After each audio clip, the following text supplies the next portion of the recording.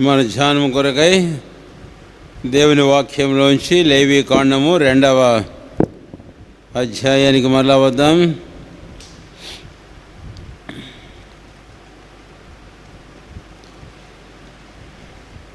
ఒకటవ వచనం నుంచి మార్చి చదువుకుందాం.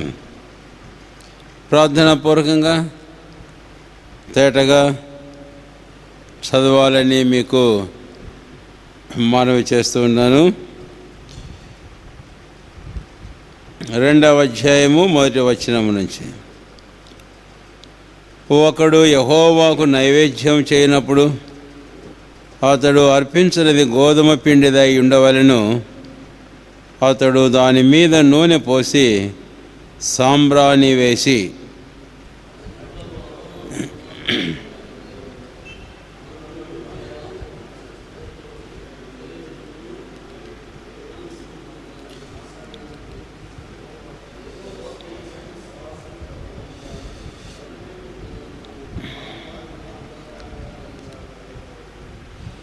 ఆ నైవేద్య శేషము అహరోనుకును అతని కుమారులకును ఉండును. యెహోవాకు అర్పించు హోమములలో అది అతి పరిశుద్ధము.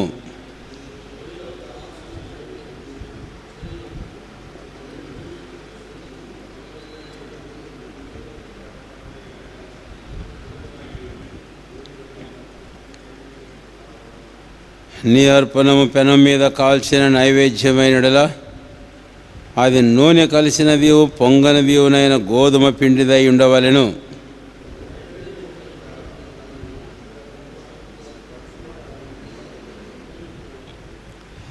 నీవు అర్పించినది కుండలో వండిన నైవేద్యమైన ఎడల నూనె కలిసిన గోధుమ పిండితో దానిని చేయవలెను.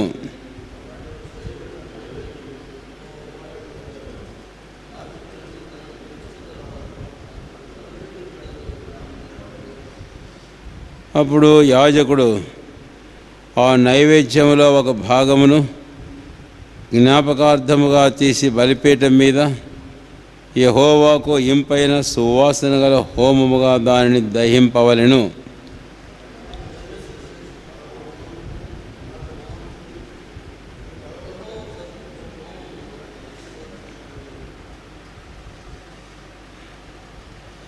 ప్రార్థన చేసుకుందాం.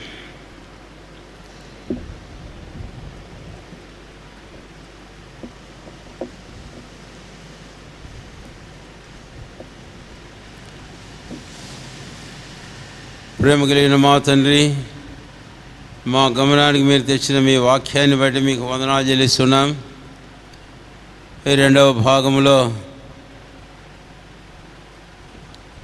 లేవీకాండం 2వ అధ్యాయంలో మేము చదువుకున్న వాక్యము భాగంలో నుంచి మా అక్కర కొలది మీరే మాతో మాట్లాడండి. మా ప్రభువును మేము జ్ఞాపకం చేసుకుంటూ మా జీవితాల్లో ఆయనకి ఇష్టంగా జీవిస్తూ ఇష్టమైన కార్యం ఎల్లప్పుడూ చేయొచ్చు. మా సమస్త ప్రవర్తనలో ప్రభువును సంతోషపెట్టినట్లుగా సాయం చేయండి. అలాగ మిమ్మల్ని నమ్మకంగా సేవించుటకును మీరే మమ్మల్ని సిద్ధపరచు. ఈ మా ప్రభు దినానికై మీకు వందనములు. ఈ పరిస్థితులు బట్టి మేము దేవుని మందిరానికి ఉండలకు దూరంగా ఉన్న ఈ సమయాలలో మీరు మాతో ఉన్నారు. అందుకై మిమ్మల్ని ఆరాధించి కనపరుస్తున్నాం. మా ప్రభుని మేము జ్ఞాపం చేసుకుంటున్నాం. ఈ ఉదయకాలం మా మధ్యలో ఆ బలను బట్టి కూడా మీకు స్తోత్రాలు చెల్లిస్తూ మిమ్మల్ని కనపరుస్తున్నాం. మీరు మాకు ఏమై ఉన్నారో, ఏం చేశారో, మేము మీకు ఏమై ఉండాలో, ఏం చేయవలనో మీ వాక్యం ద్వారా మేము అర్థం చేసుకున్న వారమై, మీ ఆత్మ ద్వారా బోధించబడిన వారమై ఆ ప్రకారం జీవించేందుకు మమ్మల్ని మేము మీకు ప్రతిష్ఠించుకున్నట్టుగా సాయం చేయము. మీ వాక్యమును ఇచ్చినకై మీ అభిషేకమును కోరుచున్నాం. విను చెవిని దయచేయము, గ్రహించు మనసును అనుగ్రహించు. మీ వాక్యమును విధేయులు మా హృదయాలను మీరు సిద్ధపరచు. యేసు ప్రభు వారి నామమును స్తుతించి ప్రార్థించి వేడుకొనుచున్నాము తండ్రి. ఆమేన్.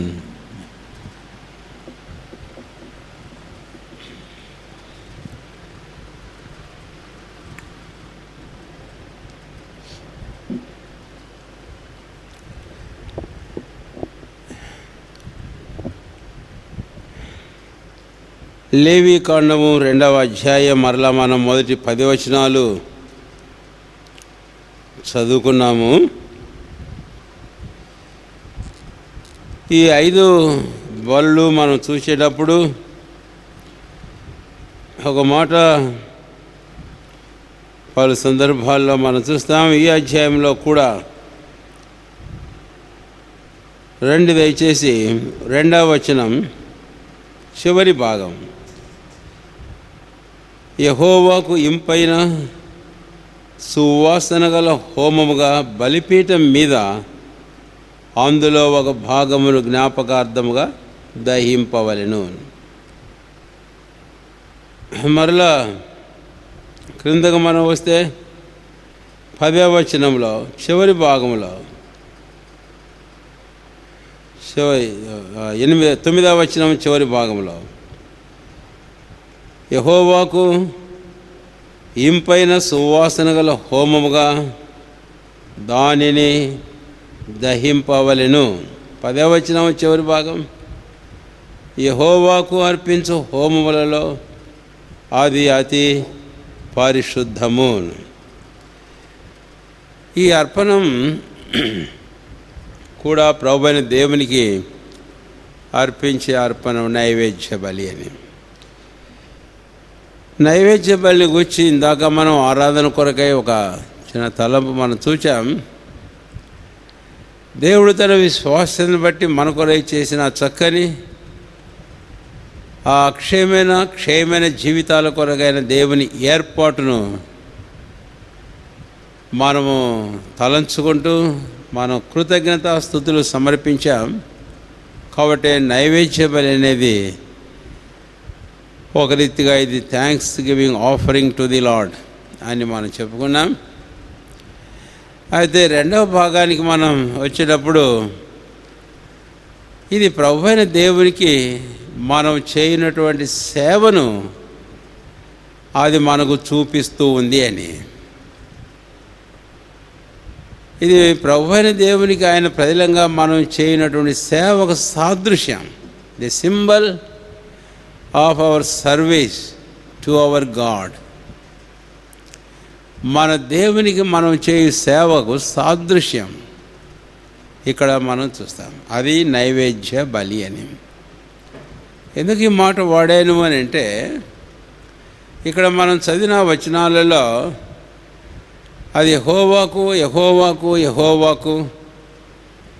అనేది మనం చూస్తాం. తర్వాత మనం పాత నిబంధన గ్రంథంలో నేను 2 సందర్భాలు మీకు జ్ఞాపకం చేస్తాను. దయచేసి మొదటిది హోషేయ గ్రంథం 2వ అధ్యాయం.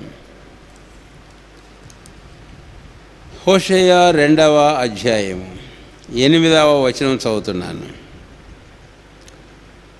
దానికి ధాన్య ద్రాక్షారస తైలములను విస్తారమైన వెండి బంగారములను ఇచ్చిన వాడు నేనే అని విచారింపగా అది వాటిని బయలుదేవతకు ఉపయోగపరచెను. చూచారా ఈ మాట? దానికి అంటే ఇశ్రాయేలునకు ప్రభువైన దేవుడు ధాన్యం ఇచ్చాడు, ద్రాక్షారస తైలములు ఇచ్చాడు, వెండి బంగారములు ఇచ్చాడు. దేని కొరకు ఇచ్చాడు అనేది వారు మర్చిపోయినారు. అలాగే మర్చిపోయేవారు దేనికి చేస్తున్నారు వాటన్నిటితో అనేది మనం గమనిస్తే ఇక్కడ వాటిని బయలుదేవతకు ఉపయోగపరచెను. అన్య దేవతలను సేవించేదాని కొరకై దేవుడు వారికి కనుక ఇశ్రాయేలుకి ఇచ్చినటువంటి వీటిని వారు దుర్వినియోగం చేస్తున్నారు, వాడుతూ ఉన్నారు. అందుకు ప్రభువైన దేవుడు వారి మీద తప్పు మోపుతున్నాడు. నేను ఇచ్చాను వారికి, దేని కొరకు ఇచ్చాను? వారు నన్ను సేవించేదాని కొరకు వాటితో నేను వారికి ఇచ్చాను. అయితే వాటితో వారు అన్ని దేవతలను బయలును వారు సేవిస్తున్నారు. మరొక సందర్భం యిర్మీయా గ్రంథం 44వ అధ్యాయము. యిర్మీయా గ్రంథం 44వ అధ్యాయం. ఇక్కడ ఒక్క వచనం నేను మీకు చదువుతాను. 19వ వచనం. మేము ఆకాశ రాణికి ధూపం వేయగాను ఆమెకు పానార్పణములు అర్పింపగాను మా పురుషులు సెలవు లేకుండా ఆమెకు పిండి వంటలు చేయుచున్నామా, ఆమెకు పానార్పణములు పోయుచున్నామా అని వారు చెప్పగా. పానార్పణములను, పిండి వంటలను, ఈ నైవేద్య బలిలో అదే మనం చూస్తాం. పిండి వంటలే అంటే గోధుమ పిండి పొడిగా తీసుకొని రావచ్చు, గోధుమ పిండి కాల్చి తీసుకొని రావచ్చు, గోధుమ పిండి పెనం మీద కాల్చి తీసుకొని రావచ్చు, గోధుమ పిండి ఒక మూత పెట్టిన పాత్రలో ఉడకబెట్టి తీసుకొని రావచ్చు. ఇక్కడ ఈ మాట మనం చూస్తే పిండి వంటలు ఎవరికి చేయాలి? ఈ పిండి వంటలు ఇక్కడ మనకు అర్థమవుతుంది. ఈ నైవేద్య బలి ఎవరికి చేయడానికి దేవుడు వారికి ఇచ్చాడు. వీటిని ప్రభు అయిన దేవునికి సేవ చేయడానికి వాటిని ఇచ్చాడు. అయితే వీరు ఆకాశపు రాణికి సేవ చేస్తున్నారు. 2వ అధ్యాయం హోషేయ గ్రంథంలో బాయలుకు వారు సేవ చేస్తున్నారు. ఇలాగా అనేకమైన సందర్భాలు దేవుని వాక్యంలో మనం చూడవచ్చు. ఈ 2 తలంపులు ఎందుకు జ్ఞాపం చేశాను అని అంటే, ఈ నైవేద్య బలి అనేది ప్రభు అయిన దేవునికి మనం చేసే సేవకు సాదృశ్యం అన్నది మీకు జ్ఞాపకం చేయడానికనే నేను తీసుకొని వచ్చాను. అందుకని దేవుడు మనకు అనుగ్రహించినవి వాటితో ప్రభు అయిన దేవుని మనము సేవ చేయవలసిన వారంగా ఉన్నాము అని. రండి ఇప్పుడు లేవీకాండము 2వ అధ్యాయము. లేవీకాండము 2వ అధ్యాయము 2వ అధ్యాయము లేవీకాండం. ఈ సేవ గురించి మనం గమనించినప్పుడు ఒక మాట మనం చదువుతూ వచ్చాం. 3వ వచనం. ఆ నైవేద్య శేషం అహరోనుకును అతని కుమారుడును, చివరి భాగం, యెహోవాకు అర్పించు హోమములలో అది అతి పరిశుద్ధము. ఆ మాట దయచేసి గమనించండి. అలాగే మళ్ళా క్రిందకు మనం వచ్చినట్లయితే 10వ వచనంలో కూడా అదే మాట చూస్తాం. ఆ నైవేద్య శేషం అహరోనుకును అతని కుమారులకును చెందును, యెహోవాకు అర్పించు హోమములో అది అతి పరిశుద్ధము అన్నమాట. అంటే ఏమైతే మనం దేవునికి అర్పిస్తున్నామో లేక ఆయన్ను సేవ చేస్తున్నామో, ఆయన సేవిస్తున్నామో, అది ఎలాంటిదిగా ఉండాలి? అది అతి పరిశుద్ధమైనదిగా ఉండాలి అని. ఎందుకంటే దేవుడు పరిశుద్ధుడు. ఆయనకు చేయవలసిన సేవ, పని, పరిచర్య అది పరిశుద్ధమైనదిగా ఉండాలి అనేది ఇక్కడ మనకు తేటగా అర్థమవుతుంది.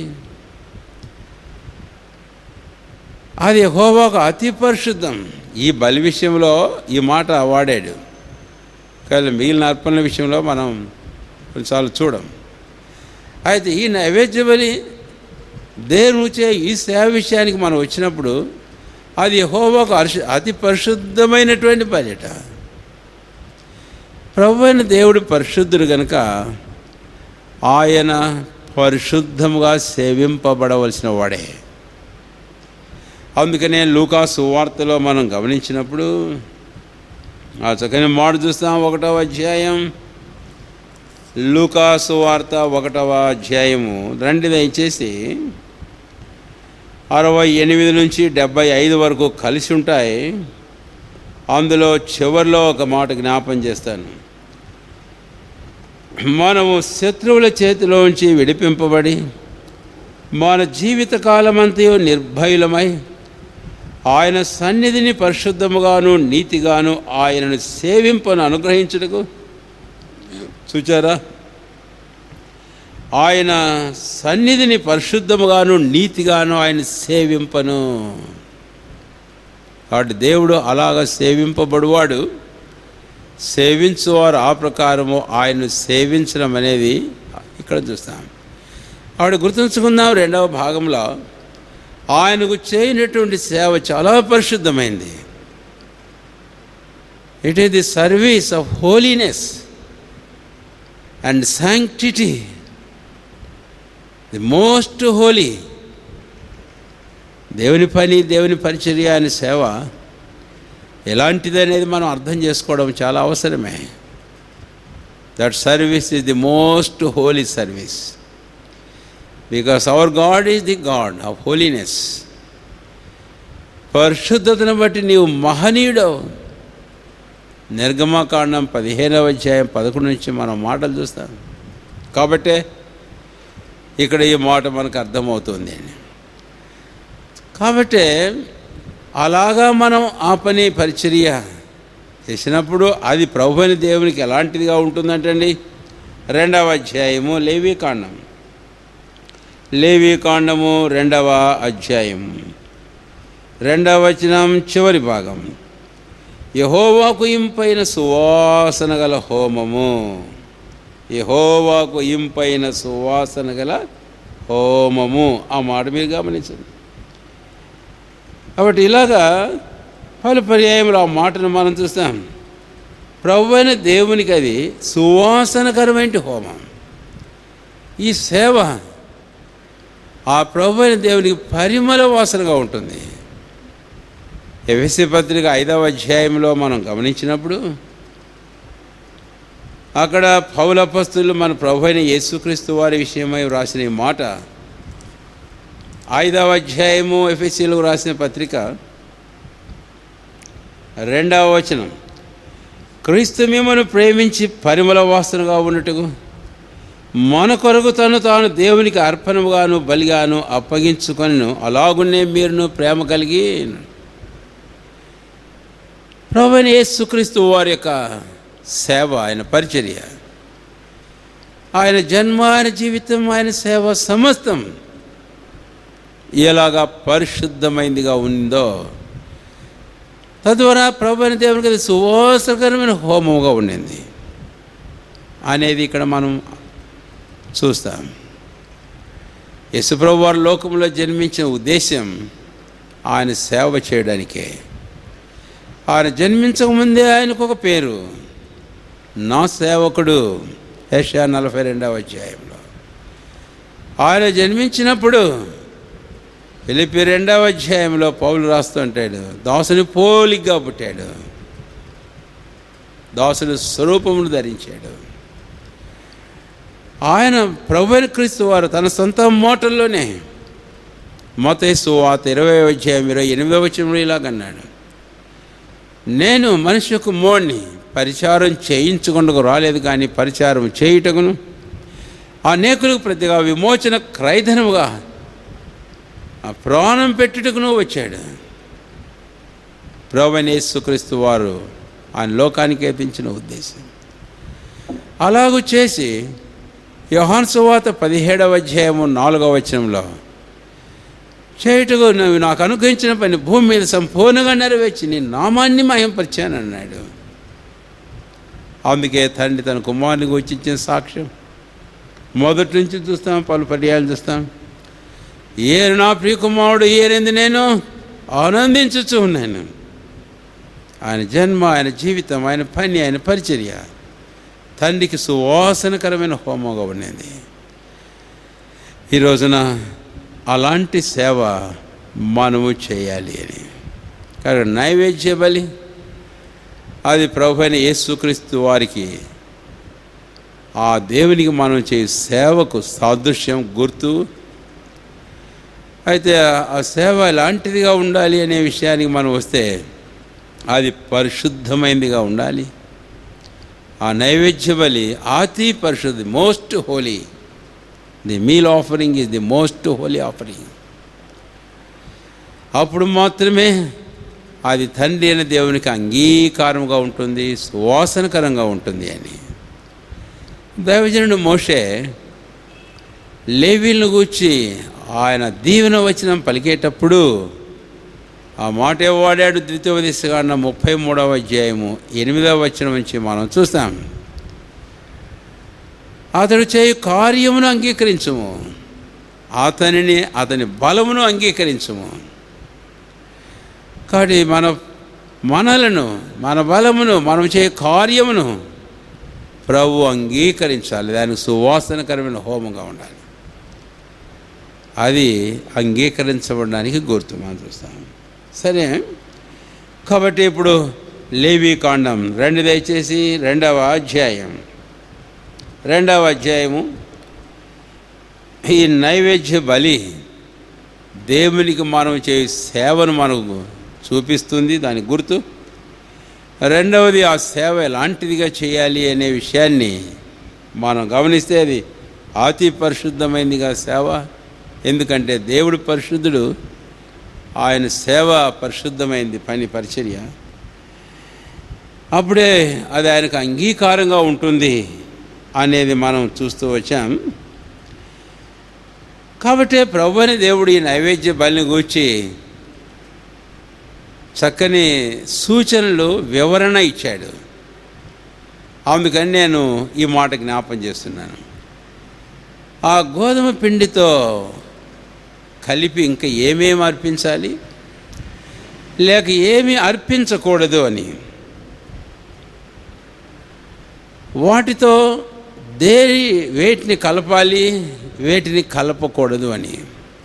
గోధుమ పిండితో ముఖ్యంగా meal offering or meat offering అది. కాబట్టి ఆ నైవేద్యము ప్రభువైన దేవునికి అంగీకారంగా ఉండాలి అని అంటే అది పరిశుద్ధమైనది ఉండాలని చెప్పుకుంటూ వచ్చాం.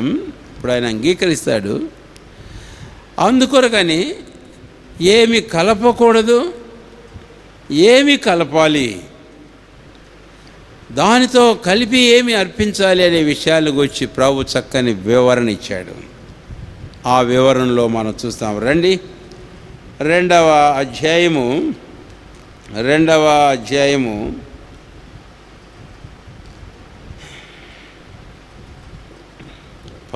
వచనం,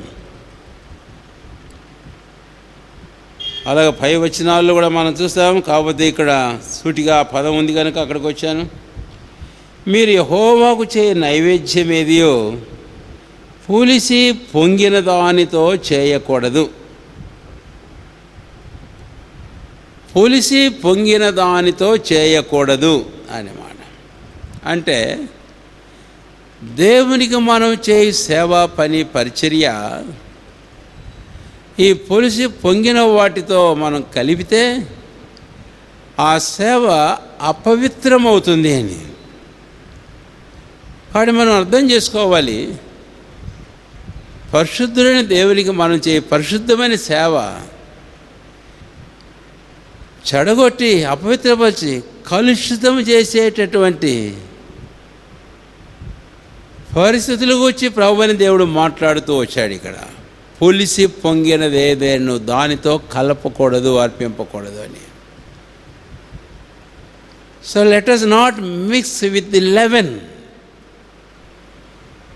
our service which we ought to render unto God, the holy God, awesome God.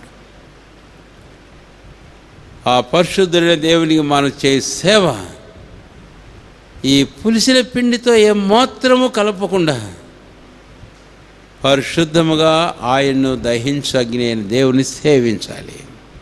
అప్పుడు ఆయనకి అది ప్రీతికరమైన సేవగా ఉంటుంది.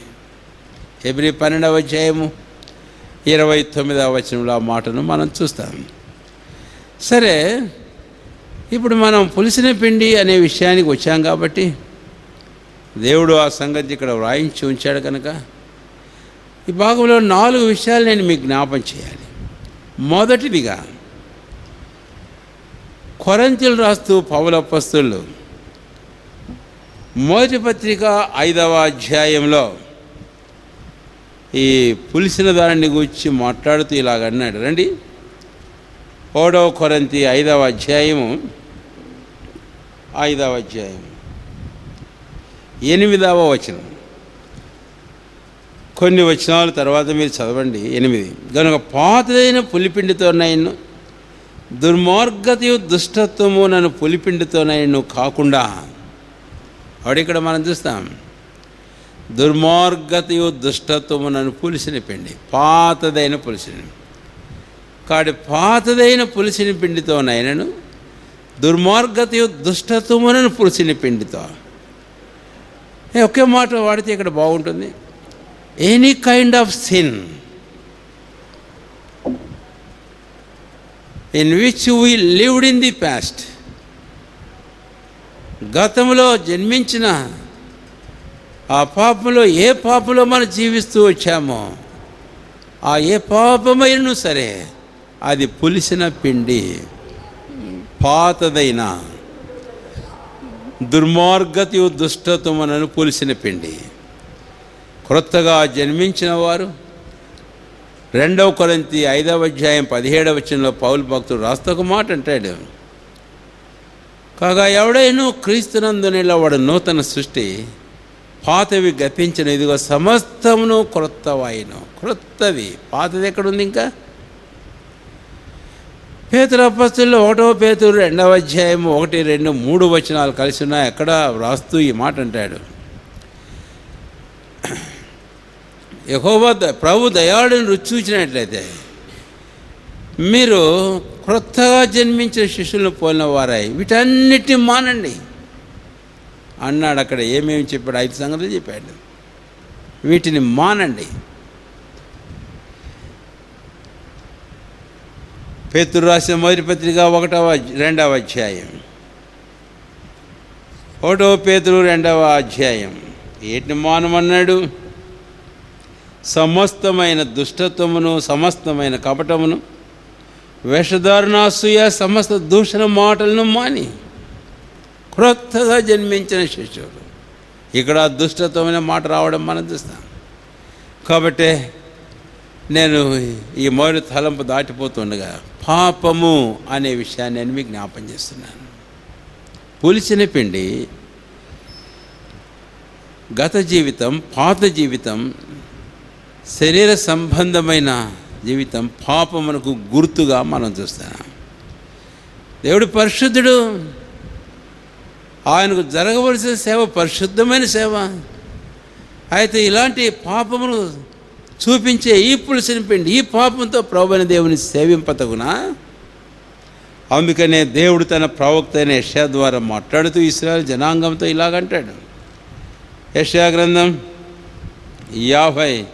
52:11 పోవుడి పోవుడి అచ్చట నుండి వెల్లుడి, అపవిత్రమైన దేనిని ముట్టకుడి, దాని యొద్ద నుండి తొలగిపోవుడి. ఎందుకు? యెహోవా సేవోపకరణములను మోయువారులారా మిమ్మును మీరు పవిత్రపరచుకొనుడి. మీరు యెహోవా సేవోపకరణలు మోస్తున్నారు, ఆయన సేవ చేస్తున్నారు. కాబట్టి పోండి పోండి, అక్కడి నుంచి పోండి, అపవిత్రమైన దాన్ని ముట్టకుడి. కాబట్టి ప్రభు పని పరిచర్య ఎలాంటిదో ఎట్లు చేయాలనో ఇక్కడ మనం చూస్తాం. అందుకనే ఈ మధ్యాహ్నం ఒకసారి మన జీవితాలు పరీక్షించుకుందాం. ఏ విధమైనటువంటి పాపమైనా సరే అది నీ సేవను, దేవుని కొరకు నువ్వు చేసే సేవ పని పరిచర్యను అపవిత్రపరిచేది, భంగం చేసేది.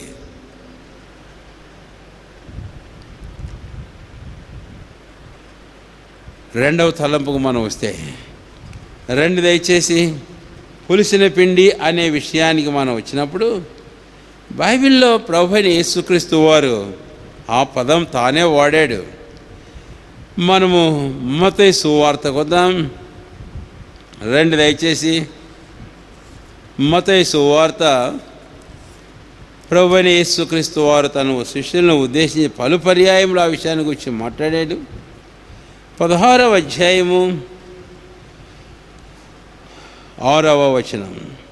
అప్పుడు యేసు చూచుకొనుడి, పరిసయ్యులు సద్దూకయ్యులు అని వారి పులిసిన పిండిని గూర్చి జాగ్రత్త పడని వారితో చెప్పాను. ఇక్కడ పరిసయ్యుల పులిసిన పిండి గురించి శిష్యులు అనుకున్నారు, రొట్టెలు తేవడాన్ని మర్చిపోయాం కదా, అందుకు ప్రభు ఈ మాట అంటున్నాడేమో అనుకున్నారు. అందుకనే వెంటనే వారిని గూర్చి ఆ సంగతిని ఎరిగిన ప్రభు వారితో మాట్లాడాడు. పరిసయ్యుల వేషధారణను పులిసిన పిండిని గూర్చి జాగ్రత్తగా ఉండండి అని. ఏ విషయాన్ని గురించి మాట్లాడాడు ప్రభువైన యేసుక్రీస్తు వారు? పరిసయ్యుల వేషధారణను పులిసిన పిండిని గురించి మాట్లాడాడు. కనుక మనము ఈ సువార్తల్లో ఈ విషయాన్ని ఇంకా కొన్ని సందర్భాల్లో తేటగా చూస్తాం. మన సేవ పని పరిచర్య ప్రభువైన దేవుని కొరకు ఏమైతే చేస్తున్నామో అది వేషధారంతో కూడిందిగా ఉండకూడదు. పులిపిండిలో ఇంకొక సంగతి ఏంటి మనం చూడగలిగిందంటే, అది పొంగుతుంది. అది తయారు చేసినప్పుడు దాని పరిమాణం కంటే కొన్ని గంటల తర్వాత చూస్తే దాని పరిమాణం పొంగుతుంది, అంటే ఎక్కువ అవుతుంది. వాస్తవానికి అంత కాదు అది పిండి. అయితే అది పొంగడం వలన అంతగా కనిపిస్తుంది. అందుకే పొంగని రొట్టెలు అన్నాడు.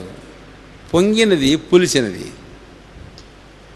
పులిసినది ఏదైనా నువ్వు దాన్ని తీసి పారవేయాలి. అందుకని మాట వాడాయి. ఇది వేషధారణ. అంటే ఇది ఇంకా తేటగా అర్థం చేసుకోవాలంటే, ఆ చేసే సేవలో ఆత్మీయత, నైతికత కొరవబడిన పరిస్థితి, the lack of spirituality and morality. ఆత్మీయత, నైతికత కొరతబడినటువంటి పరిస్థితి. అది పరిసయ్యుల విషయంలో మనకు తేటగా అర్థమవుతుంది. అందుకనే పరిసయ్యులు మత్తయి సువార్త 23వ అధ్యాయంలో పలు సందర్భాలకు పోల్చాడు యేసయ్య. మీరు సున్నము కొట్టిన సమాధులు అన్నాడు వారిని ఉద్దేశించి. మీరు పాత్రను పైకి శుభ్రం చేస్తారు కానీ లోపల అజితేంద్రియత్వంతోనూ దోపుడుతోనూ నింపబడి ఉంది అని అంటాడు. ఇలాగనే కొన్ని సాదృశ్యాలు వాడాడు. కాబట్టి ప్రియులారా, ఇలాంటిది మన సేవలో ప్రభు చేసే సేవలో ఏమాత్రం తగింది కాదు. ఇది కేవలం పులిసినది. ఆయనను మనం యథార్థమైన నీతితోనూ భక్తితోనూ మనం సేవించాలి. అందుకనే పౌలు ఎఫెసీయులకు రాస్తున్న 4వ అధ్యాయంలో ఆ మాట వాడడం మనం చూస్తాం. 4వ అధ్యాయము దయచేసి రండి, 24వ వచనం. నీతియు యథార్థమైన భక్తియు కలవారై దేవుని పోలికగా సృష్టింప నవీన స్వభావం ధరించుకోవాలి. కాబట్టి అలాంటి వారంగా ప్రభువును సేవించాలి. అందుకనే మన సేవలో మన ప్రభు దేవుని చేసే ప్రార్థన, ఆరాధన, సేవ, సువార్త, పని, పరిచర్య, సమర్పణ, మరి ఏదైనా సేవ అయినను దాంట్లో ఇది లోపించకూడదు.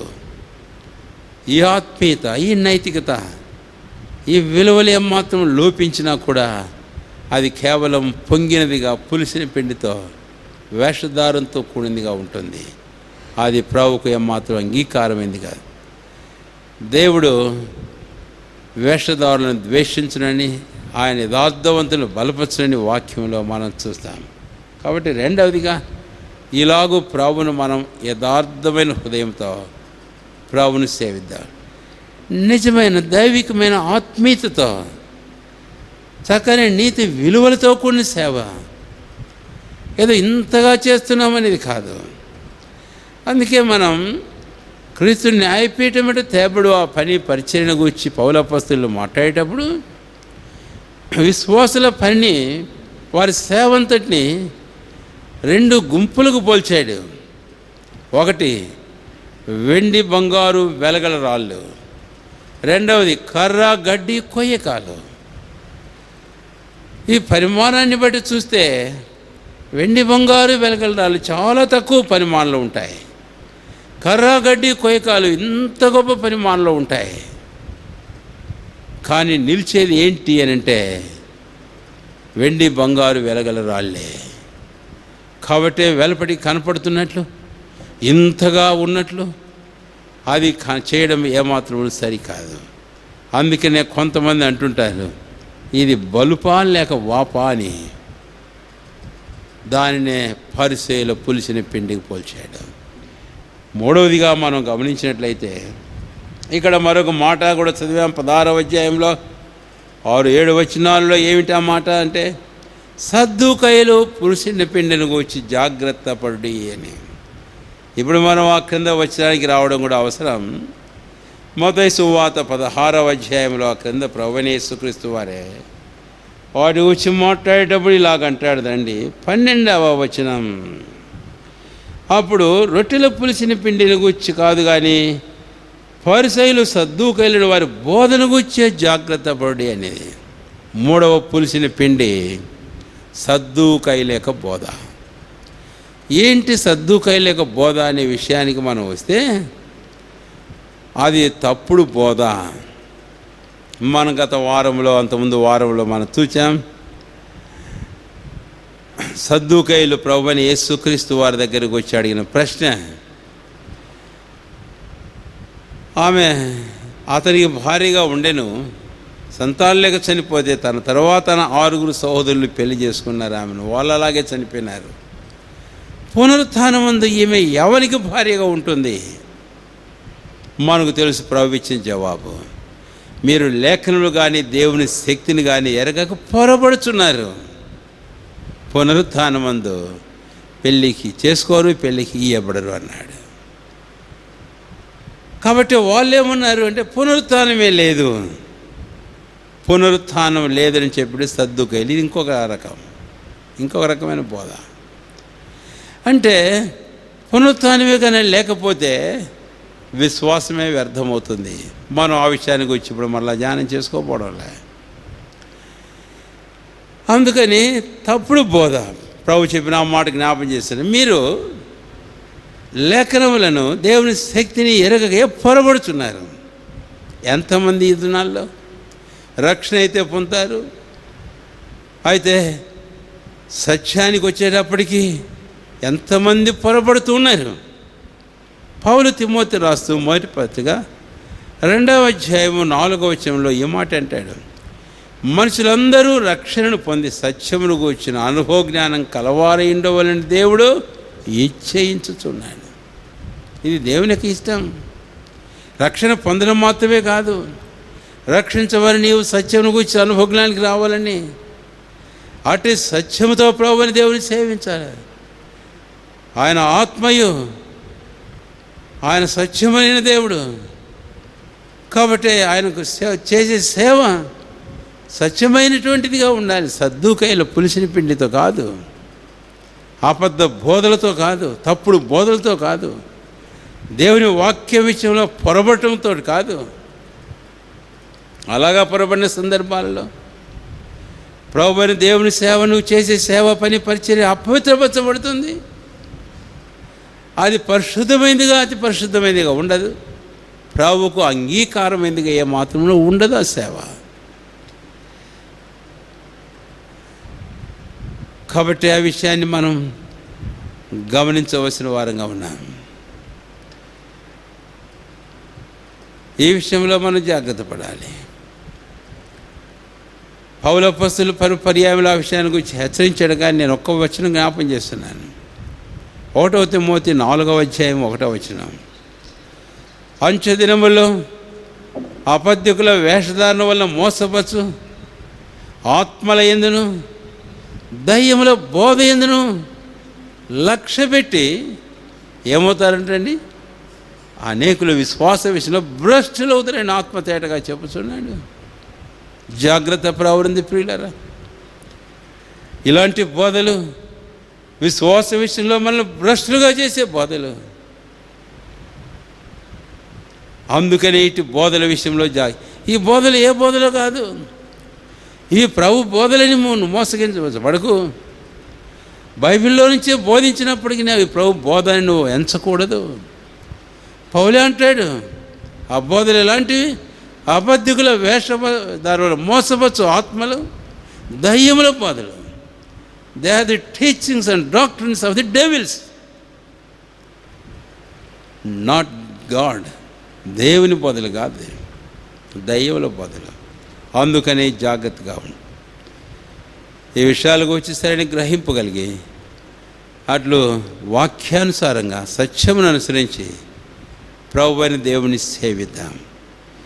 పౌలు అపోస్తలులు పునరుత్థానం ఉందని ప్రకటిస్తుంటేనట, వాళ్ళు పునరుత్థానం లేదని ప్రకటిస్తున్నారట.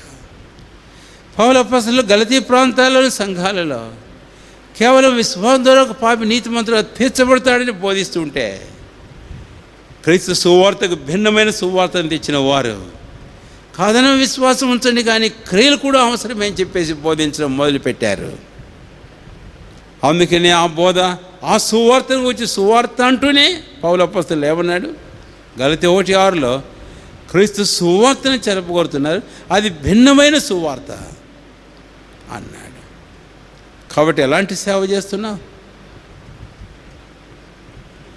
ఎలాంటి సేవ పెంపకంలో ఉంటున్నావు? ఒకసారి ప్రశ్నించుకుందాం, పరీక్షించుకుందాం. తర్వాత 4వదిగా మరొక సేవకు మనం వెళ్దాం, మరొక పులిసిన పిండికి మనం వెళ్దాం. మార్కు సువార్తలో రండి దయచేసి. మార్కు సువార్త 15వ వచనం.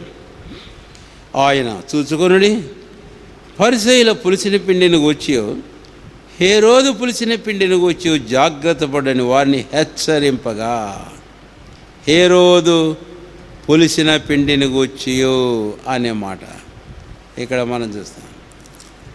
కాబట్టి ఇది 4వ పులిసిన పిండి మన సేవను అపవిత్రపరిచి అంగీకారంగా ఉండకుండా చేసేటటువంటిది ఇది ఇక్కడ మనం చూస్తాం. ఏంటి హేరోదు ఇలా పులిసిన పిండి? లూకా సువార్త 23వ అధ్యాయానికి మనం వస్తే 8వ వచనం చదువుతున్నాను. లూకా 23:8. హేరోదు యేసును చూచి మిక్కిలి సంతోషించెను. ఆయన గూర్చి చాలా సంగతులు విన్నందున ఆయన ఏదైనా ఒక సూచక్రియ చేయగా చూడ నిరీక్షించి బహుకాలం నుండి ఆయనను చూడగోరను. హేరోదు ఆయన చూసి మిక్కిలి సంతోషించాడట. బాగానే ఉంది అంతవరకు. అయితే తర్వాత సంగతి ఏంటి అని అంటే, తాను ఏదో సూచక్రియలు, అద్భుతములు, మహత్కార్యములు ఇలాంటివి చూడగోరాడు. ఇక్కడ ఒక మాట వాడడం బాగుంటుంది అనుకుంటాను. ఏంటి అని అంటే, చివరికి ఈ హేరోదు, ప్రధాన యాజకులు వీరందరినూ ఏకమై ప్రభువైన యేసుక్రీస్తు వారిని సెలవుకు అప్పగిస్తారు. 12వ వచనం లూకా సువార్త 23:12. అంతకుముందు హేరోదును పిలాతును ఒకరికొకడు శత్రువులు అయ్యింది, ఆ దినమనే ఒకరికొకడు మిత్రులైరి. స్నేహితం మనం చూస్తాం. అందుకని ఈ విషయానికి వచ్చిన అనేటప్పుడు ఈ లోక స్నేహితం అంటే ఈ సందర్భానికి పూర్తిగా సరిపోతుందనే విషయం కాదు. కాకపోతే ఆ పదాలు మనం చూస్తున్నాం ఇక్కడ. ఈ హేరోదీల పులిసిన పిండి ఏంటి అంటే, ఈ లౌకికం. హేరోదు అంటే పిలాతు అంతే, పిలాతు. చివరికి వీళ్ళకు తెలిసి కూడా ఈయన మరణమును తగిన దోషం, తప్పు ఈయనలో ఏమీ లేదని కూడా వారు ఏం చేశారంటండి, ప్రజలను సంతోషపెట్టేందుకొరకై ఆయన మరణానికి అప్పగించారట. అంటే compromising with the world, with the people, knowing the truth, yet they have compromised with the people. అందుకని నేను ఈ పదం వాడుతున్నాను. హేరోదు ఇలా పిలిచిన పిండి వరల్డ్లీనెస్ను చూపిస్తుంది అని. కాంప్రమైజింగ్ విత్ ది వరల్డ్, లోకముతో రాజీ పడడం. అలాగా ప్రభువును సేవించడానికి ఏమాత్రం తగదు, ప్రభు సమ్మతించడు. ఇది అర్థం చేసుకోవడానికి నేను ఒక్క సందర్భం జ్ఞాపం చేస్తాను. మనము తెలుసు బాగా దావీదు ఏం చేశాడనేది. వాస్తవానికి దావీదు రాజు అయిన తర్వాత తన హృదయంలో ఉండే ఆశ చాలా గొప్పదే, మంచిదే. మందసం మరవబడింది, ఆ మందసాన్ని తిరిగి తీసుకొని రావాలి అని మందసం కొరకైన అన్ని తిప్పలు పడుతూ వచ్చిన మనిషి దావీదు. తన జీవితంలో మనకు తెలుసు బాగా. The affection he had for the ark of the కవరెంట్ of God. True, మంచిదే, నిజం. అయితే ఎలాగ తెచ్చాడనే విషయానికి మనం వస్తే దినవృత్తాంతాలు 13వ అధ్యాయంలో మనం చూస్తాం. దేవుడి సెలవు లేకయే కొత్త బండి మీద ఎద్దులను కట్టి ఆ బండి మీద మందసాన్ని పెట్టి తీసుకొని వస్తున్నాడు. దేవుడు ఇష్టపడ్డా? ఏమాత్రం సంతోషించలే. అందుకే ఏం జరిగిందో మనకు తెలుసు. వ్యాకులం దావీదు, ఉజ్జామరణం, గొప్ప నష్టం జరిగింది. కారణం ఏమిటి అని అంటే, he adapted the worldly methods in bringing the ark of the covenant of the Lord God, in serving the Lord. ఆ దేవుని నిబంధన మందసమును తేవడానికి, ఆ ప్రభువుని దేవుని సేవ చేసేందుకొరకై తాను లోక పద్ధతులు వాడాడు. ఆ క్రొత్త బండి మీద తేవడం లోక పద్ధతులా? అవును. మనకు తెలుసు, అంతకుముందు ఈ మందసాన్ని ఫిలిస్తీన్లు ఎలాగా పంపించారో. మందసం వారి మధ్యలో ఉన్నప్పుడు వారికి తెగుళ్ళు సంభవించగా వారి మంత్రజ్ఞులు చెప్పారు, ఇందుకే ఇలాగ వచ్చింది కాబట్టి ఈ ప్రకారం మీరు ఇశ్రాయేలు దేవుని యొక్క మందసాన్ని మీరు పంపించేస్తే ఈ తెగులు ఆగిపోతుంది అన్నప్పుడు ఆ ఫిలిస్తీన్ల సర్దారులు ప్రజలు ఏకీవించి ఆ ప్రకారం మందసాన్ని పంపించారు. క్రొత్త బండి మీద ఆ పాడి ఆవును కట్టి ఇంకా కొన్ని వస్తువులు చేసి ఆ మందసంతో పాటు ఉంచి ఆ మందసాన్ని పంపిస్తే తిన్నగా వెళ్ళిపోయింది దారిన పడి. మరి దావీదు చేస్తే ఎందుకు రాలేదు? అలాగా తిన్నగా పోలేదు. ఆ దారిన పడి కాలు జారడం ఏంటి, మందసం కింద పడబోవడం ఏంటి, చావడం ఏంటి అని అంటే, ఆ ఫిలిస్తీన్లు అన్యులు, సున్నతి లేని ఫిలిస్తీన్లు, వారికి తెలియదు.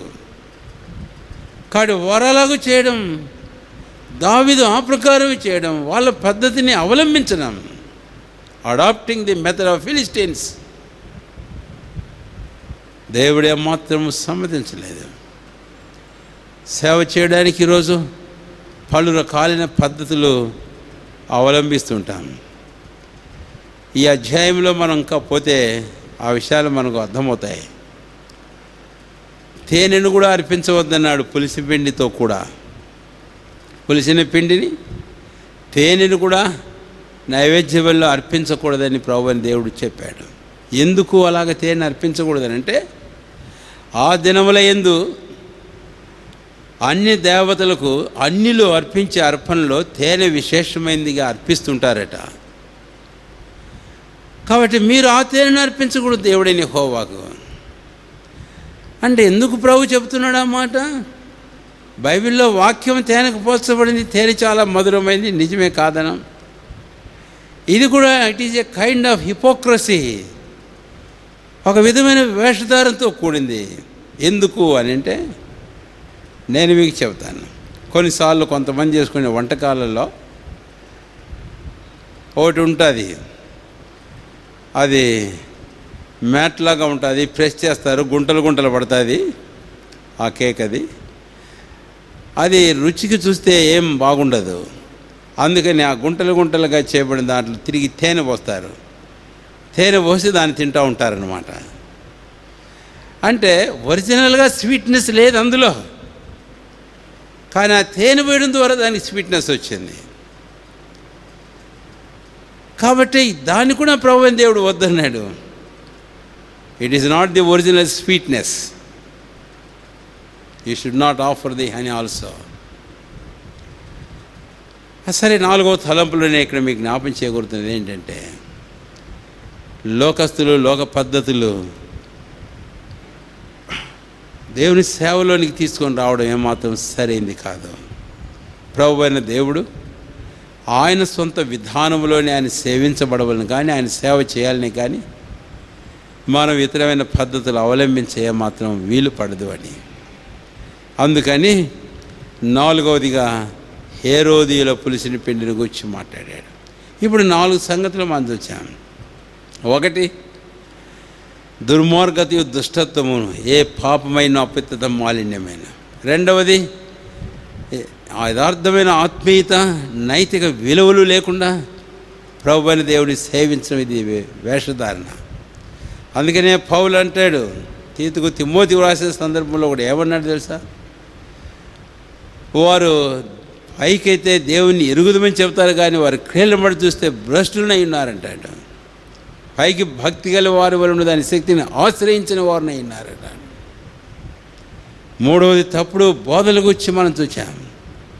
వాక్యము పొరబడుతున్నారు, దేవుని శక్తిని ఎరగక పొరబడుతున్నారు. అందుకనే ఎన్నో రకాలుగా ఆ బోధలు చేస్తున్నట్టు వారికి అనిపిస్తుందేమో, కానీ అది దయ్యముల బోధ, అపత్తికుల వేషధారులు, మోసపరచు ఆత్మలు. కాబట్టి వాటి వలన మనం భ్రమపరచబడకూడదు. 4వ చూచాం, ది లోడ్లీనెస్, లోక పద్ధతులు దేవుని సేవలో వాడి ఆ ప్రకారం సేవ చేయడం అనేది ప్రభువుకు అంగీకారమైన సేవగా ఉండదు. కాబట్టి things which we need to avoid if our service are to be acceptable unto God. మన సేవ పని పరిచర్య ప్రభుకు అంగీకారమైన సువాసనకరమైన హోమంగా ఉండాలి అంటే మన సేవ ఇట్టి వాటి చేత ఏమాత్రం కలుషితం కాకుండా చూసుకోవాలి. మన జీవితాలు కలుషితం కాకుండా చూసుకోవాలి. మన పని పరిచర్య అపవిత్రపరచబడకుండా చూసుకోవాలి. అందుకనే పరీక్షించుకుందాం.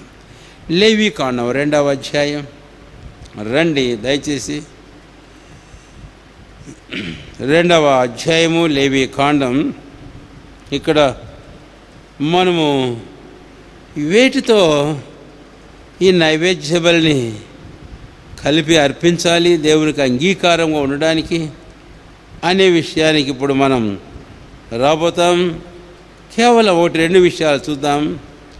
2వ అధ్యాయము లేవీకాండం 1వ వచనం, 2వ అధ్యాయం 1వ వచనం చివరి భాగం. గోధుమ పిండిద ఎండువలను అతడు దాని మీద నూనె పోసి సాంబ్రాణి వేసి అని. అతడు నూనె పోయాలట, దాని మీద ఏం వేయాలి? సాంబ్రాణి వేయాలి. కాబట్టి ఆ పిండి ఆ నూనె కాస్త ఆ సాంబార్ అంతా కలిపి దాని బలిపీఠం మీద బలిపీఠం మీద దహించాలి అనేది అక్కడ మనము చూస్తాం. నేను 1-2 సంగతులు మాత్రమే మీకు జ్ఞాపకం చేయగోరుతున్నాను ఈ సందర్భంలో. ఒకటి, నూనెతో కలపాలి, దాని మీద నూనె పోయాలి. ఒకవేళ క్రిందకు మనం వస్తే కనుక మీద పోయడమే కాదు, 4వ వచనంలో పొయ్యిలో కాల్చాలి నైవేద్యం అంటే అది నూనె కలిసినదై ఉండాలి అనేది 4వ వచనంలో మనం చూస్తాం. కాబట్టి ఇలాగా నూనె యొక్క ప్రమేయం, పాత్ర అనేది ఇక్కడ మనం గమనిస్తాం. ఇది మనం చూసినప్పుడు ఈ నూనె దేవుని వాక్యంలో అనేకమైన సందర్భాల్లో మనకు పరిశుద్ధాత్మునికి సూచనగా సాదృశ్యంగా చూస్తాం. Oil is the symbol of holy spirit, పరిశుద్ధాత్మునికి సాదృశ్యము గుర్తు అని. కాబట్టి మనం చేసే పని పరిచర్య ఎలాంటిదిగా ఉండాలి, దేంతో కలపబడాలి అని అంటే it should be in the Holi Spirit, under the guidance of the Holi Spirit, under the anointing of the Holi Spirit. ఇది పరిశుద్ధాత్మని యందు ఉండాలి, పరిశుద్ధాత్మ యొక్క నడుపుదలతో కూడింది అయి ఉండాలి, అది పరిశుద్ధాత్మ యొక్క అభిషేకంతో కూడింది అయి ఉండాలి.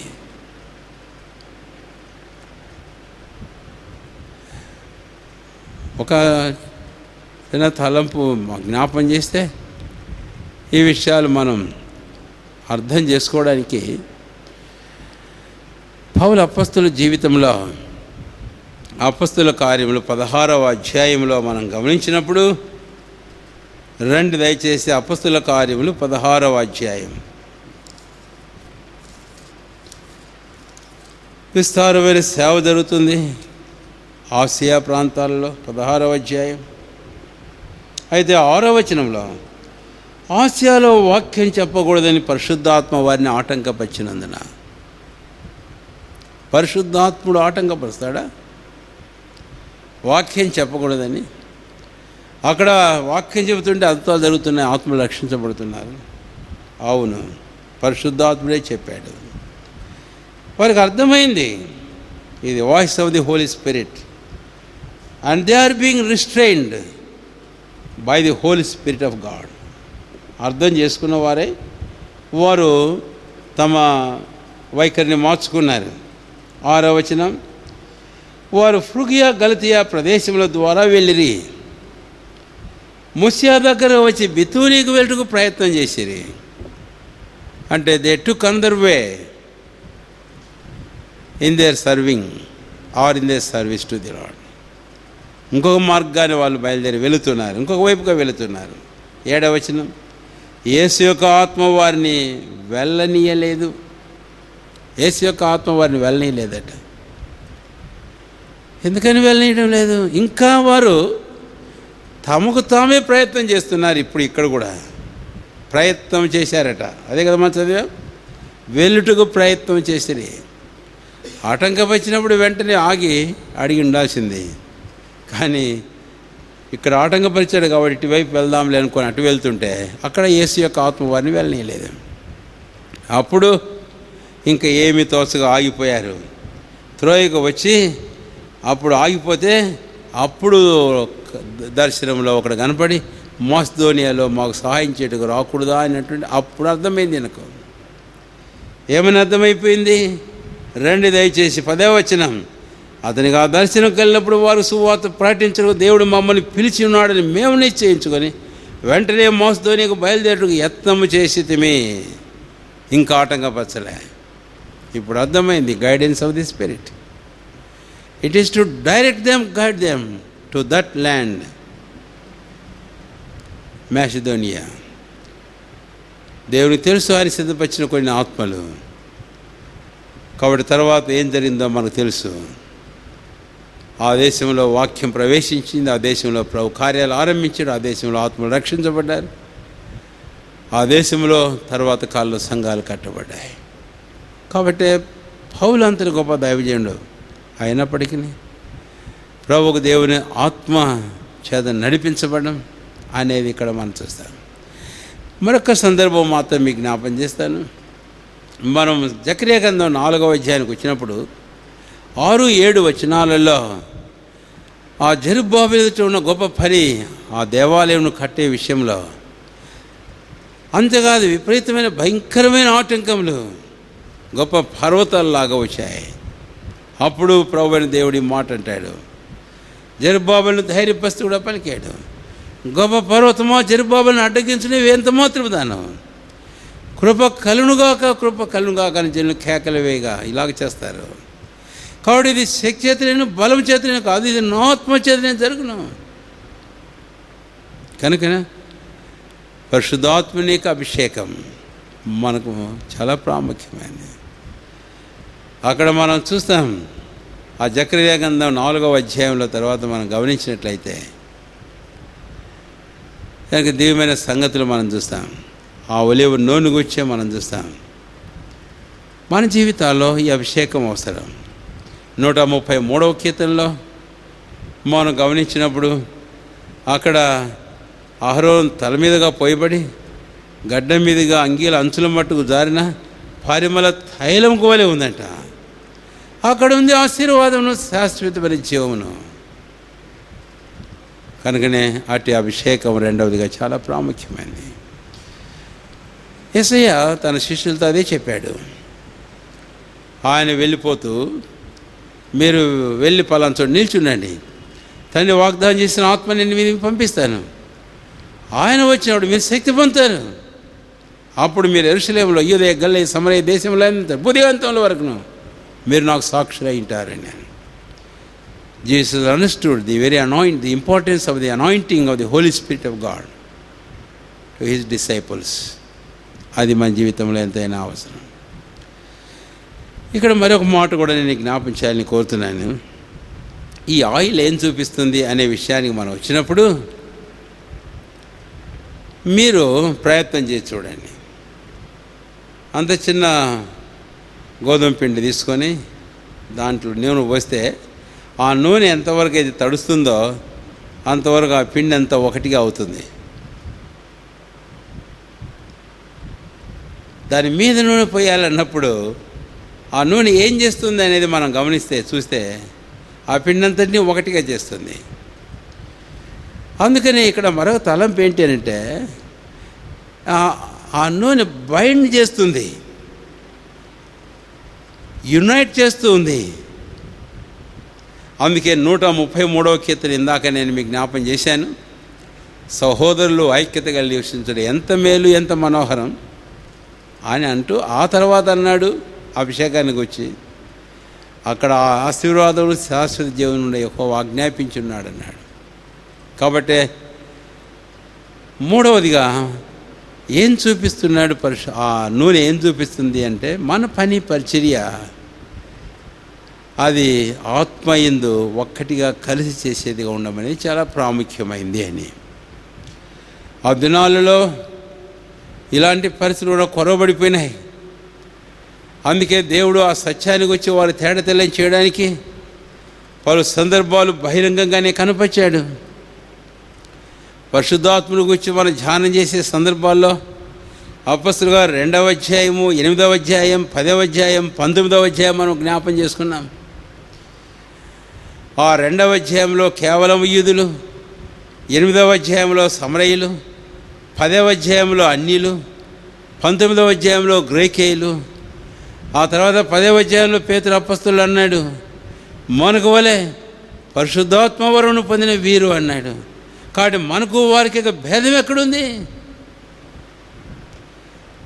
కాబట్టి understanding the unity in the spirit of God, ఆత్మ యందు మనకున్న ఐక్యతను, ఏకత్వాన్ని అర్థం చేసుకుంటూ అలాంటి ఏకత్వం ఐక్యతలో పనిచేయడం అనేది ఆర్టి సేవ ప్రభుకి ఎంతో అంగీకారంగా, ఆయనకు సువాసనకరమైన హోమముగా ఉంటుంది.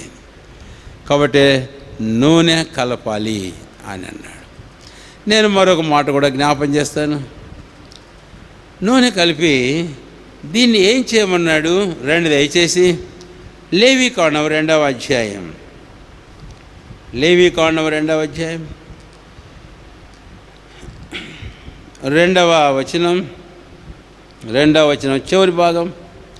యెహోవాకు ఇంపైన సువాసనల హోమముగా బలిపీఠం మీద అందులో ఒక భాగమును జ్ఞాపకార్థముగా దహింపవలెను అని.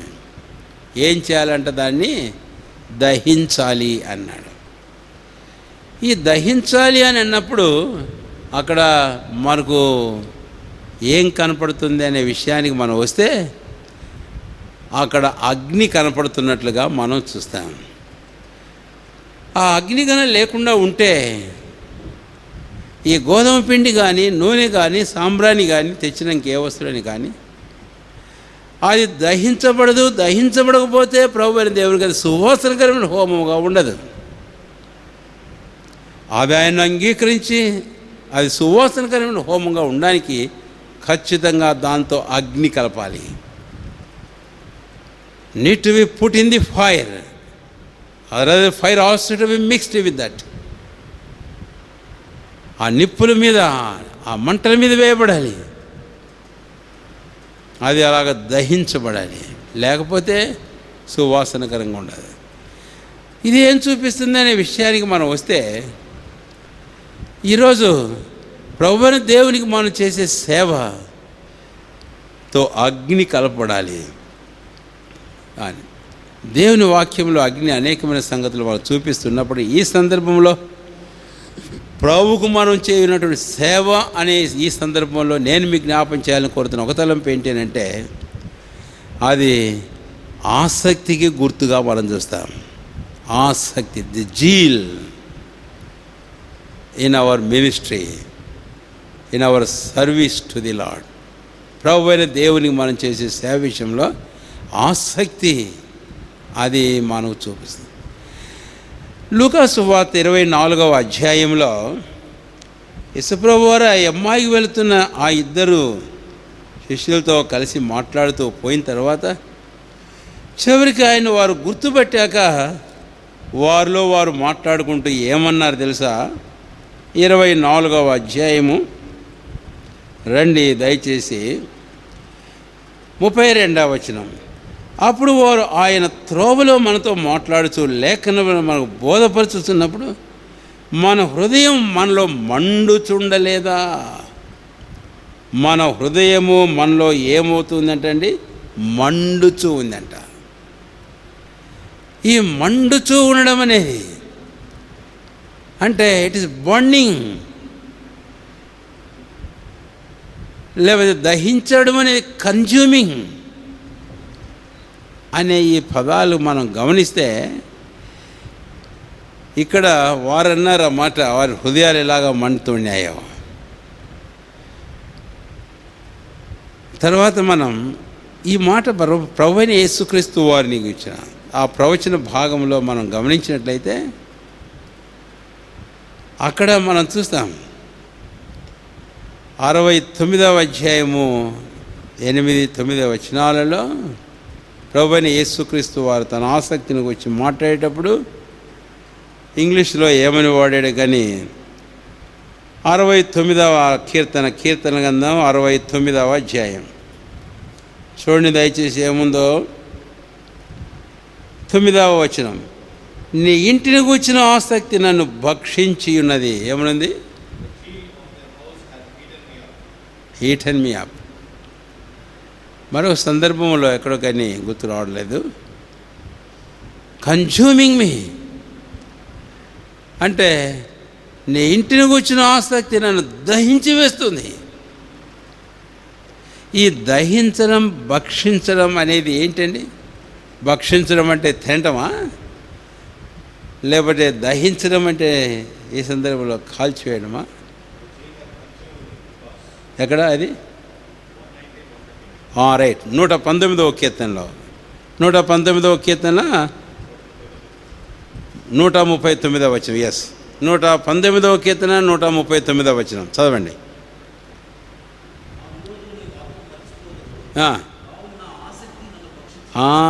నా ఆసక్తి నన్ను భక్షించుచున్నది. కాబట్టి ఇక్కడ లైక్ కన్జ్యూమింగ్ మీ. కాబట్టి ఈ అగ్ని మూడవదిగా క్షమించండి, అగ్ని, ఎస్, అగ్ని మూడవదిగా అగ్ని ఆసక్తిని మనకు చూపిస్తుంది అని. ఆత్మను గురించి నేను చెప్పాను, ఆయిల్ గురించి, తర్వాత ఇక్కడ అగ్ని గురించి మనం చూస్తాం. కాబట్టి ప్రభువుని సేవించే విషయంలో ఎలాంటి ఆసక్తి మనకుంది? పౌలు అపోస్తలుడు రోమీయులు రాస్తూ 12వ అధ్యాయంలో ఇది సూటిగానే ఈ మాట వ్రాసాడు. 12వ అధ్యాయం రోమీయులకు రాసిన పత్రిక, దయచేసి రండి. రోమీయులు రాసిన పత్రిక 12వ అధ్యాయం 11వ వచనం, ఆసక్తి విషయంలో మాంఝులు కాక ఆత్మయందు తీవ్రత గలవారై ప్రభువును సేవించుడి. మాంఝులు కాకండి, తీవ్రత కలిగి ఉండండి. కాబట్టి అది కన్జ్యూమింగ్ వల్ల దహించి వేసేటుంది. మన జీవితాల్లో ఇటు ఆసక్తి ప్రభువుని సేవించే విషయంలో ఎంతైనా అవసరం. కాబట్టి ప్రభువుని సేవించడం అనేది ఏదో భారంగా, మాంఛంగా, మందమతిగా కాదు, కానీ అయితే ఆసక్తితో ప్రభువుని సేవించడం. పాత నిబంధనలో ఇర్మియా గ్రంథంలో 40:18 అనుకుంటాను ఒక మాట అంటాడు, యెహోవా కార్యములను అశ్రద్ధగా చేయవాడు. అలా కాదు, కాబట్టి శ్రద్ధగా, చురుగ్గా, ఆసక్తితో మనము ప్రభువుని ఉత్సాహంతో, ఉల్లాసంతో, ఆ ఉత్తేజంతో ప్రభువుని సేవించడం అనేది ప్రభువుకి ఎంతో అంగీకారమైనదిగా ఉంటుంది. గలతీయులు రాస్తూ 4వ అధ్యాయంలో పౌలు అపోస్తలుడు ఒక మాట అంటాడు, 18వ వచనం రండి దయచేసి. గలతీ పత్రిక 4వ అధ్యాయము 18వ వచనం, నేను మీ వద్ద ఉన్నప్పుడు మాత్రమే కాక ఎల్లప్పుడూ మంచి విషయంలో ఆసక్తిగా ఉండుట యుక్తమే. కాబట్టి ఇది యుక్తమైంది. 12వ అధ్యాయంలో మనం చూస్తాం, రోమా పత్రికలు రాస్తూ ఇట్టి సేవ మీకు అనుకూలం లేక యుక్తము అని. కాబట్టి ఎల్లప్పుడూ ఆసక్తిగా ఉన్నాం. పౌలు ఎన్నో సందర్భాల విషయానికి వచ్చి హెచ్చరించాడు. హెబ్రీలు రాస్తూ, కొరింథీయులు రాస్తూ కూడా మాట వాడాడు. ఎల్లప్పుడూ అనే మాట హెబ్రీ పత్రిక 6వ అధ్యాయానికి వెళితే 9, 10, 11 వచనాలలో మనము ఈ విషయాన్ని తేటగా నేర్చుకుంటాం. అక్కడ మంచి స్థితిలో మీరు ఉన్నారని చెప్పాడు 9వ వచనం. 10వ వచనంలో మీరు పరిశుద్ధులకు పరిచయం చేయొచ్చు, ఇంకా పరిచయం చేస్తున్నారని చెప్పాడు. అయితే తర్వాత వచనంలోకి వచ్చిన తర్వాత ఏమన్నాడు తెలుసా? ఈ ఆసక్తి మీరు తుదమట్టుకు కనపరచవాలని అపేక్షించుతున్నానన్నాడు. ఈ ఆసక్తిని తొదమట్టు కనపరచాలండి. కాబట్టి అటు ఆసక్తి గల వారంగా ప్రభుని సేవించడం అనేది మనకు చూపిస్తుంది ఆ holy zeal in serving the Lord. ప్రభుని సేవించే విషయంలో ఆ పరిశుద్ధమైన ఆసక్తి మండే మంటల్లాగా దహించే అగ్నిలాగా అది భక్షించేదిగా మా జీవితాల్లో ఉండమనేది అవసరం. కొరింథీయులకు రాసిన మొదటి పత్రిక 15వ అధ్యాయంలో ఈ మాట అయిన తర్వాత నేను మరొక చిన్న తలంపు జ్ఞాపకం చేసి ముగించుకోతాను. 1 కొరింథీ 15వ అధ్యాయం 58వ వచనం. కాగా నా ప్రియ సహోదరులారా, మీ ప్రయాసం ప్రభుని వ్యర్థం కాదనెరిగి స్థిరులను కథలు వారు ప్రభు కార్యాభివృద్ధి ఎప్పటికీ ఆసక్తులునయుండుడి. ప్రభు కార్యాభివృద్ధి అంది ఎప్పటికీ ఎలాగుండాలంటండి? ఆసక్తులంగా ఉండాలి అని. కాబట్టి అది దహించేయాలి అనేది మనం చూస్తే ఈ నైవేద్యం తీసిన ఆ నూనె ఆ సాంబ్రాన్ని అగ్నితో కలపాలి. కొన్నేమో ఉన్నాయి ప్రక్కన పోయాలి. ద్రాక్షారసం తీసుకొని వచ్చినప్పుడు నైవేద్య బలిలో ఒక సందర్భంలో ద్రాక్షారసం కూడా ఉంది, పానార్పణ. అది బలిపీఠం ప్రక్కగా పోయాలి అన్నాడు. అది ఇక్కడికి వచ్చేటప్పుడు మాత్రం ఇదేం కావాలంటే బలిపీఠం మీద దహించి అగ్నిలో కలపాలి. అప్పుడే అది సువాసనకరమైన హోమంగా ఉంటుంది అని. చివరిగా మరొక తలంపు జ్ఞాపం చేస్తాను. రండి, లేవీకాండం 2వ అధ్యాయము. లేవీకాండం 2వ అధ్యాయము 1వ వచనం. గోధుమ పిండిదై ఉండవలెను మాట చూస్తాం. మరలా 4వ వచనంలో అది పొయ్యిలో కాల్చిన నైవేద్యము అనేది చూస్తాం. కుండలో వండిన నైవేద్యము 7వ వచనంలో మనం చూస్తాం. సరే, ఇంకా కొన్ని సందర్భాలు మనం వెళ్తే ఇక్కడే ఇంకా చివరి భాగాన్ని మనం ఇప్పుడు వెళ్దాం. అది విసిరితే అని అంటాడు. ప్రవచితమైతే ఇంకో వారానికి వచ్చినప్పుడు వస్తాం అక్కడికి. అది అంటే తిరుగడిలో విసరడం. ఇక్కడ మనం చూస్తాము ఏంటి? విసరడము, పొడి చేయడం, ఆ తర్వాత పెనం మీద కాల్చడం, పొయ్యి మీద పెట్టి కుండలో వండడం. ఇదంతా ఎక్కడ జరుగుతుంది? ఈ ప్రక్రియ అంతా ఎక్కడ జరుగుతుంది? ఈ ప్రక్రియ అంతా అంటే ఇంటిలో జరుగుతుంది అని. All this process is going on in the house, which speaks the involvement of whole family in serving the lord. అంటే ఈ పద్ధతి, ప్రక్రియ, విధానం అంతా ఎక్కడ జరుగుతుంది అనేది చూస్తే ఇంటిలో జరుగుతుంది. ఇదేం చూపిస్తుంది అని అంటే preparing the meal offering is being made in the house, which speaks and signifies the involvement of whole family in the service of the lord. కుటుంబం యావత్తు ప్రభు పని పరిచర్యలో వారి ప్రమేయాన్ని ఇది మనకు చూపిస్తూ ఉంది అని. ఇందాక ఆరాధన సమయం అనుకుంటాను, ఆరాధన సమయం లేదు, చివరి వర్తమానంలోనే జ్ఞాపం చేశా. ఇర్మీయా గ్రంథం 44వ అధ్యాయంలో 18వ వచనం నేను మీకు జ్ఞాపం చేశా. అక్కడ ఆ స్త్రీలు ఏమన్నారు తెలుసా? మా పురుషులు సెలవు లేకయే మేము పిండి వంటలను సిద్ధం చేశామా అని అంటున్నారు. కాబట్టి స్త్రీల పాత్ర చూసారా ఇక్కడ? ఈ వండడం, చేయడము, చెందడం, వీటన్నిటిలో. అయితే ఈరోజు స్త్రీల కంటే పురుషులు కూడా ఎక్కువగా వంటలు వండుతున్నారు, చేస్తున్నారు, బాగా రుచిగానే చేస్తారు అనుకోండి. అయితే ఎందుకు ఇది జ్ఞాపం చేస్తున్నాను అని అంటే, ప్రభుని సేవించే విషయంలో కుటుంబం యొక్క ప్రమేయం, అందరూ కలిసి సేవ చేయడం అనేది మనకు తెలుసు. యెహోషువ గ్రంథం 24వ అధ్యాయం 15వ వచనంలో యెహోషువ ఒక మాట అంటాడు. ఏమని? మీ పితరులు నది అద్దరిని సేవించండి, ఆ దేవతని మీరు సేవిస్తారో సేవించండి. అయితే నేను నా ఇంటి వారిని ఎవరు సేవిస్తాం? యెహోవాని సేవించుదాం. ఇది అవసరం. కాబట్టి ఈ రోజున ప్రభువైన దేవునికి సువాసనకరమైన హోమగా అంగీకారమైన సేవ మనం చేయాలంటే ఏదో ఇంట్లో ఒకరో ఇద్దరో ఏదో వచ్చి ఏదో చేయడం, పోవడం, తిరగడం చేయడం కాదు. అర్థం చేసుకో ఈ సంగతి. ఈ ప్రభువైన దేవునికి అర్పించే ఈ నైవేద్య బలి ప్రభువుకు మనం చేసే సేవకు సాదృశ్యమని ఆరంభించాను నేను ఈ మాట. అయితే ఈ సేవ ప్రభువుకు అంగీకారంగా ఉండాలంటే ఒకటి నూనెతో కలపాలి, రెండవది అగ్నిలో దహించాలి, మూడవది జ్ఞాపం చేసేది ఇది ఇంటిలో తయారు చేసేది. అంటే your involvement, all the members of the family involvement అనేది ఇక్కడ చూస్తాం. భర్త, భార్య, కొడుకులు, కూతుళ్ళు, పిల్లలు, ఇంట్లో ఎవరైతే ఉన్నారో అందరూ. మనము ఆదికాండం 18వ అధ్యాయాన్ని మనం వెళ్ళినప్పుడు కూడా మనకు అర్థమవుతుంది. అక్కడ ఆ ముగ్గురు మనుషుల్ని ఎదుర్కొని పోయిన తర్వాత అబ్రహాం వారిని